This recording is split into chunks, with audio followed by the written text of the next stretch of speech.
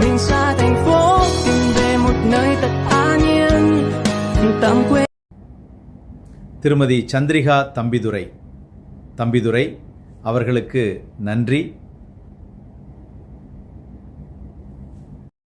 Cách để trừng phạt người đã làm hại bạn là hãy làm cho họ một việc tốt khiến họ cảm thấy xấu hổ, rồi quên đi cả điều họ đã gây ra lẫn việc tốt mà bạn đã làm. இன்னா செய்தாரை ஒருத்தல் அவர் நாண நன்னயம் செய்துவிடல்.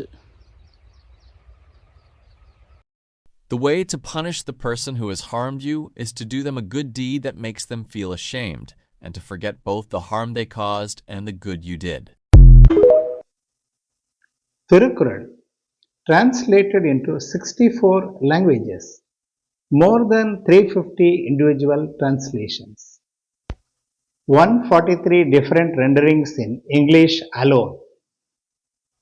தமக்கு தீங்கு செய்தவரை தண்டிக்கும் வழி அவரே வெட்கப்படும்படி அவருக்கு நல்லுதவி செய்து அவருடைய அந்த தீமையையும் நன்மையையும் மறந்து விடுவதாகும்.